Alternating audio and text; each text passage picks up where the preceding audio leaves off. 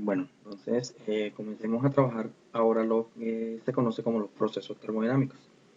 Según sean las condiciones en las que se encuentra un sistema termodinámico, pueden presentarse cuatro casos o procesos, ¿verdad? Estos son procesos que vienen estrictamente aplicados de la primera ley de la termodinámica. Empezamos por el proceso adiabático. El proceso adiabático es el que se realiza sin que haya intercambio de calor entre el sistema y el ambiente. ¿Listo? No cede, pero tampoco recibe. Como el sistema no absorbe ni cede calor, entonces mire que aquí se cumple que la cantidad de calor es cero, ¿verdad? Y toda la energía interna se convierte en trabajo. Por tanto, podemos decir que de esa primera ley concluimos esto. Nosotros sabemos que variación de energía es calor menos trabajo, pero si no hay intercambio de calor, esto se hace cero. Y me queda que la variación de energía es igual a menos el trabajo realizado. Acuérdese de que cuando hablamos en la primera aplicación de equilibrio, de la primera ley de la termodinámica, cuando el trabajo era positivo y cuando era negativo. Desde el punto de vista gráfico, ustedes miran, siempre vamos a tener una gráfica de presión contra volumen y recuerde esto, el trabajo realizado de A a B, o sea, de este punto a este punto B, es igual a la variación de energía. Mire lo que está aquí, que es esto mismo. Siempre vamos a trabajar en termodinámica con gráficos de presión contra volumen. O con esas dos variables. Mire que aquí va variando el volumen desde el punto A hasta el punto B. Y ahí mira que el volumen va aumentando. Mientras que la presión puede o ir disminuyendo o ir aumentando dependiendo de cómo se trabaja el sistema. Un ejemplo de ese proceso, aquí lo tiene, el termo. Si tratamos de calentar el agua contenida en un termo, construido por un recipiente de doble pared con vacío intermedio, mire que si usted ha tenido la oportunidad de desarmar un termo, sabe que esto está aislado, esto es una botella que está dentro y está aislada del exterior. Observamos que no se calentará porque las paredes del termo son adiabáticas, ¿sí ve? Y no permiten la interacción térmica entre la flama y el sistema. Cuando usted vierte café caliente en un termo, si usted no destapa ese termo, ese café permanecerá caliente por muy, muy largo tiempo. Pero usted dirá, pero es que al final siempre el café termina enfriando. Sí, porque inmediatamente cuando usted destapa el termo para servirse una taza, inmediatamente permite el intercambio de calor entre el medio y el café. Entonces este café va perdiendo temperatura, por eso que al final de la tarde ya termina frío. ¿Verdad? Es un ejemplo clásico de lo que es un proceso adiabático. Continuemos. El segundo proceso es el isotérmico. Mire, si ustedes miran el prefijo iso, que significa igualdad, térmico que viene de temperatura, entonces el proceso isotérmico es el que se realiza a temperatura constante. Aquí no hay variación de la temperatura, ¿verdad? Como la temperatura es constante, se tiene que no hay variación de energía interna, porque recuerde que la temperatura es el promedio de esa energía cinética de las moléculas internas de un cuerpo. Entonces, si usted tiene eso, obviamente, si la temperatura es constante, no hay esa variación de energía. Entonces, ¿qué se tiene de la primera ley?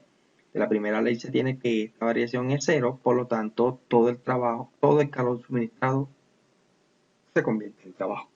Esa es la aplicación de la primera ley al proceso isotérmico, ¿verdad? Entonces aquí dice, es decir, que en un proceso isotérmico el calor suministrado al sistema se transforma en trabajo realizado por el mismo. Si vamos al punto de vista gráfico, mire que es muy parecido al proceso adiabático, pero acá es el punto de vista diferente, porque allá el calor era la variación de energía, el trabajo, perdón, era la variación de la energía interna. Acá el trabajo entre A y B es igual al calor suministrado. Y mire que aquí aparece esta ecuación que está aquí. Esta ecuación que está aquí ya usted debió trabajarla en química, que es la ecuación de estado, ¿verdad? Que ahí aparece como presión por volumen es igual a número de moles, que es N, por la constante ideal de los gases, que es R, por temperatura en Kelvin. Entonces, esta es la ecuación de estado que usted ya trabajó en química, pero que la vamos a necesitar acá también. Entonces, toda esta área amarilla, que es el área bajo la curva, es el trabajo realizado. Recuerde, todo gráfico de presión contra volumen, el área bajo la curva significa el trabajo realizado. Un ejemplo de un proceso isotérmico. Mírenlo, aquí está. Al colocar un recipiente con agua en el congelador para obtener hielo, este proceso se ve presente específicamente en el cambio de fase, ¿verdad? Al pasar el líquido de líquido a sólido, pero la temperatura permanece siempre constante, o sea, a 0 grados Celsius, que es el punto de congelación del agua. Pero cambia ese volumen. Recuerde que el comportamiento del agua, que cuando usted le disminuye la temperatura, en vez de contraerse, ella se expande, que es una de las razones por las cuales el hielo puede flotar en el agua. Eso fue visto ya en una temática anterior. Entonces, esto es un ejemplo clásico de lo que de este proceso. En el tercer proceso ya vemos el proceso isócoro, ¿verdad? En algunos textos los encuentras como isocórico, lo encuentras como isométrico o lo encuentras como isovolumétrico, cualquiera de los títulos que les quieran dar. Si usted ve el prefijo iso aquí, isovolumétrico, iso que es igual, y volumétrico que viene de volumen, entonces ese proceso ocurre a volumen constante. Es bueno que usted tenga claro cada uno de los nombres de los procesos y qué significado tiene. Es decir, que se puede suministrar calor a un sistema sin que haya variación en el volumen. Y en consecuencia el trabajo será cero, porque si no hay variación de volumen, obviamente no hay trabajo. Entonces, si aplicamos esa primera ley, aparece así. Miren, no hay trabajo realizado, por lo tanto, la variación de energía es igual al calor suministrado.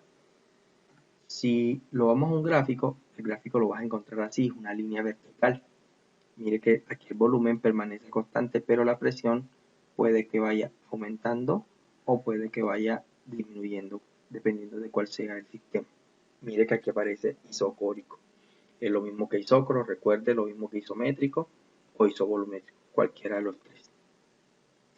Fíjense de que aquí ya no hay trabajo, porque les acabo de recordar que en todo gráfico de presión contra volumen, el área bajo la curva equivale al trabajo, pero mire que aquí no hay área bajo la curva, sino es una sola línea, y debajo de la línea hay un punto, y a un punto usted no le puede calcular área. Un ejemplo de ese proceso es esto, que es muy común en nuestras casas, al momento de cocinar alimentos en una olla express, la cual disminuye el tiempo de cocción, ¿verdad? De los alimentos, los ablanda mucho más rápido, pero están más rápido. Sirve como depósito para que la temperatura y la presión aumenten en el interior conforme pasa el tiempo, pero, mire, manteniendo su volumen constante. ¿Cómo funciona la olla express o la olla a presión? Recuerde que aquí arriba tiene esto que es una válvula reguladora de presión, que usted le llama pito, cuando supuestamente la olla empieza a pitar. No es que la olla empiece a pitar, sino es que cuando usted cierra la tapa, esto queda herméticamente sellado. Esto es una válvula reguladora de presión. A usted suministrar calor, el agua que está dentro de la olla empieza a hervir. Inmediatamente la temperatura se eleva, ¿verdad? Al elevarse la temperatura, el agua choca contra, en forma de vapor, choca contra las paredes de la tapa, se condensa y vuelve y baja, aumentando ostensiblemente la presión interna de la olla. ¿Qué sucede? Porque esta válvula al principio no pita, como usted dice, o no sube? Porque aquí afuera está actuando la presión atmosférica. La presión atmosférica hace que esta válvula permanezca en su puesto. Cuando esto acá adentro, la presión es lo suficientemente grande como para superar el peso de la válvula más la presión atmosférica, hace que ella sube y es cuando la olla empieza a pitar, ¿verdad? Entonces llega un momento en que deja de pitar. ¿Por qué? Porque ya la presión interna disminuyó lo suficiente como para ser inferior a la del exterior. Y ahí sigue el proceso de cocción. Después al rato otra vez vuelve y pita. Significa que ya la presión interna es lo suficientemente alta como para elevar la válvula. Ese es un ejemplo claro de ese proceso isócoro o isovolumétrico, porque mire que la olla no se deforma, la olla permanece en el mismo volumen, pero la presión y la temperatura sí cambian. Y por último está el proceso isobárico. Iso, que viene de igual, bárico, que viene de bar, que es la unidad para medir presión. Entonces aquel que ocurre a presión constante. Entonces ya tenemos con ese los cuatro procesos. El adiabático, donde no hay intercambio de calor. El isotérmico, donde la temperatura es constante, el isócoro o isocórico o isovolumétrico, donde el volumen es constante, y el isobárico, que es este último, que se maneja a presión constante. Ese proceso mantiene la presión constante, como ya le había dicho. Puede haber variación en el volumen y por lo tanto el sistema puede realizar trabajo o se puede realizar trabajo sobre él. Cualquiera de los dos. Recuerde que hay dos tipos, ¿no? Cuando se realiza trabajo sobre el sistema o cuando es el sistema el que realiza el trabajo. Si aplicamos la primera ley, fíjense que es el único proceso donde ninguno de los tres términos se anula.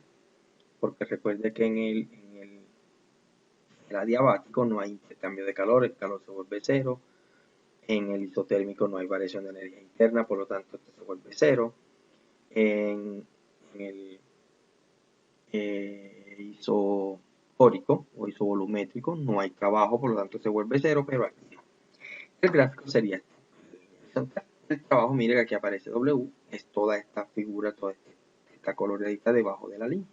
Mire que es una línea horizontal porque esta presión permanece constante mientras que el volumen varía. Esos son los 4 procesos termodinámicos que se ven, que tienen mucho que ver con esas dos variables de presión y volumen. Un ejemplo de ese proceso isobárico, el ejemplo cotidiano es un ejemplo de un proceso isobárico. Se presenta al hervir agua en un recipiente abierto. Mírenlo, aquí está, como lo ven en la figura. ¿Qué sucede? ¿Por qué es isobárico? Mira, al suministrar energía calórica al agua, esta sube de temperatura y se convierte en vapor. El vapor que se obtiene tiene una temperatura superior y ocupa un mayor volumen. Sin embargo, la presión se mantiene constante. ¿A qué presión? A la presión atmosférica. Como la olla está destapada, la única presión que existe aquí es la presión atmosférica y esa siempre es constante en este punto. Entonces, ese es un ejemplo de lo que es un proceso a presión constante. Y ahora miremos el ejercicio. Ya para finalizar, dice que de acuerdo con el gráfico de presión contra volumen, si se lleva el sistema del estado I al estado F, siguiendo las trayectorias I a F, se encuentra que el sistema hace un trabajo de 20 calorías y absorbe 50 calorías de calor. Si se va por acá arriba. Si la trayectoria seguida es por IBF, el calor absorbido es solamente de 42. Pero miremos los procesos. Si usted va de I hasta A, mire que la presión está aumentando, ¿verdad? Aumenta la presión, pero el volumen permanece constante. O sea que de I hasta A es un proceso a volumen constante, o sea, es un proceso isócoro. De A hasta F, el volumen aumenta mientras la presión permanece constante. O sea que de A hasta F sería isobárico. Si nos vamos por acá, de I hasta B, otra vez la presión permanece constante, pero el volumen aumenta. Aquí también el volumen aumentado, o sea que este también es isobárico. Y de B a F, volumen constante, presión también aumenta. Significa que este volumen constante es el isovolumétrico o isocórico. De F hasta I es un proceso que no podemos determinar de qué tipo es, pero estamos viendo que la presión está disminuyendo mientras que el volumen también disminuye. Entonces puede que sea un proceso adiabático, puede que sea un proceso isotérmico. Hay 3 preguntas. ¿En cuánto varía la energía interna del sistema? ¿Qué trabajo se realiza al seguir la trayectoria IBF? Y si la energía interna inicial es de 10 calorías, ¿cuánto vale la energía interna final? Entonces, si vamos al trabajo realizado por la trayectoria IBF, sabemos que el único trabajo es de I hasta B, porque de B hasta F el proceso es isovolumétrico, por lo tanto no hay ningún trabajo realizado. Por lo tanto, pregunta A, ¿cuánta es la variación de energía? Calor suministrado menos trabajo realizado, reemplazamos los valores, 50 menos 20, que serían 30 calorías. Esta es la variación de energía de ese sistema. La segunda pregunta, si seguimos la trayectoria IBF, observamos que la variación de la energía interna es independiente de la trayectoria. O sea, por donde tú sigas la trayectoria, va a ser igual. Por lo tanto, de aquí, ¿qué necesitamos? Necesitamos el trabajo realizado. Entonces, como está negativo, yo lo intercambio con delta de U. Este pasa para acá positivo y este me pasa para acá negativo. Por eso me queda de esta forma. Reemplazo los valores obtenidos.